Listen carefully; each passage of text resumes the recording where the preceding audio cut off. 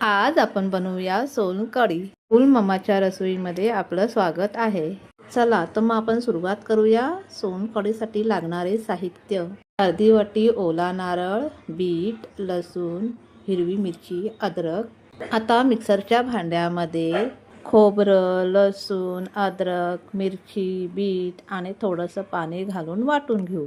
हे सर्व साहित्य वाटून घेतल्यावर एका टोपावरती कॉटनचा कपडा ठेवून हे वाटलेलं मिश्रण त्यावर काढून घेऊ।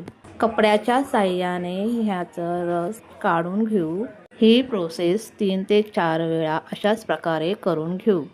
गरम पाण्यामध्ये मी 3 ते 4 कोकम भिजवत ठेवले होते, त्याचा रसही आपण सोलकढीमध्ये काढून घेऊ। चवीपुरतं मीठ आणि हिरवी कोथिंबीर घालून सोलकढी छान ढवळून घेऊया। आपली सोलकढी तयार आहे। बघा किती छान कलर आला आहे सोलकढीला। सोलकढीला आपण थंड करायला ठेवूया। उन्हाळ्यामध्ये पिण्यासाठी ही पौष्टिक आणि आरोग्यदायक आहे। तुम्ही एकदा करून पहा आणि माझ्या व्हिडिओला लाईक, शेअर, सबस्क्राईब आणि कमेंट करा।